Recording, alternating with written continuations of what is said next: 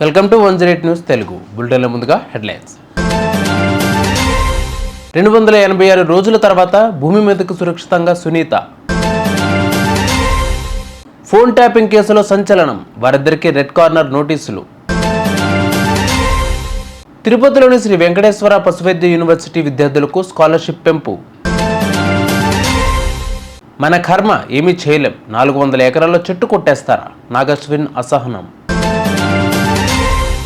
ఈ తెల్లవారుజామున 3:27 dragon capsule అమెరికాలోని ఫ్లోరిడా తీరానికి చేరువలోని సముద్ర జలాల్లో ల్యాండ్ అయింది. 4 పారాషూట్ల సాయంతో వేగాన్ని తగ్గించుకుని సురక్షితంగా దిగింది. వెంటనే నాసా సిబ్బంది చిన్న బోట్ల సాయంతో దానిని ఓ నౌకపైకి తీసుకువచ్చారు.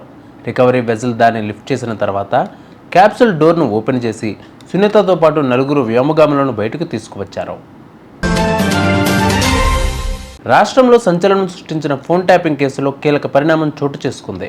మాజీ ఎస్ఐబి చీఫ్ ప్రభాకర్ రావు ఓ మీడియా సంస్థ అధినేత శ్రవణ్ కుమార్కు రెడ్ కార్నర్ నోటీసులు జారీ అయినట్లు అధికారులు ప్రకటించారు. దీనిపై సిబిఐ నుంచి రాష్ట్ర సిఐడికి సమాచారం వచ్చింది. వారిద్దరిని వీలైనంత త్వరగా మన దేశానికి తీసుకువచ్చేందుకు కేంద్ర హోంశాఖ, విదేశాంగ శాఖలతో హైదరాబాద్ పోలీసులు సంప్రదింపులు జరుపుతున్నారు. తిరుపతిలోని శ్రీ వెంకటేశ్వర పశువైద్య యూనివర్సిటీ విద్యార్థులకు నెలవారీగా ఇచ్చే స్కాలర్షిప్ను ప్రభుత్వం పెంచింది.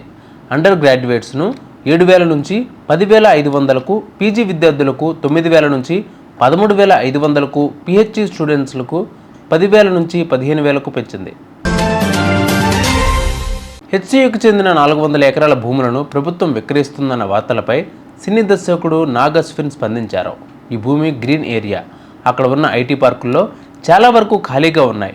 నిజంగా డెవలప్ చేయాలని ఉంటే టైర్ 2 సిటీలపై దృష్టి పెట్టాలి. 400 ఎకరాల్లో చెట్లను కొట్టడం మంచిది కాదు అని ప్రెస్ మీట్లో పేర్కొన్నారు.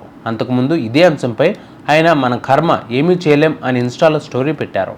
చూసారుగా బిబ్బాల్ బులెటిన్ అప్డేట్స్. మరిన్ని అప్డేట్స్తో మళ్ళీ మీ ముందుకు వస్తాను. అందరికీ కీప్ వాచింగ్ 108 న్యూస్ తెలుగు.